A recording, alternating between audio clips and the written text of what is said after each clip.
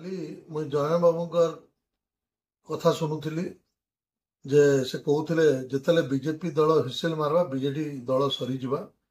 ଏଇଟା ଗୋଟେ ପ୍ରକାର ଏତେ ଫୁଟାନି କଥା, ଗର୍ବ କଥା, ଅହଙ୍କାରିଆ କଥା ନାଇଁ कहवाटा भल है।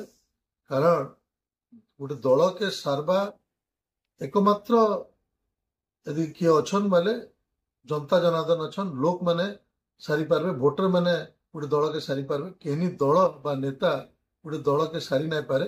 एवं मुई तांको निजे मन पके दवा लगी चाहूचे जे जेतेले 2009 रे गोटे समय थिला तांकर 6टा विधायक थिले एवं 13% भोट थिला। आ सेते बेले तमने ओडिसा रे तृतीय स्थान रे थिले, कांग्रेस पछरे भी थिले। तो हेते बेले आमे केबे नाई कोई बीजेडी दल केबे नाई कोई कि तमे बीजेपी दल ने सरी जीवा बोली। तो आज सरकार अच्छन काली फिर सरकार रहबे किसी गारंटी नाइन।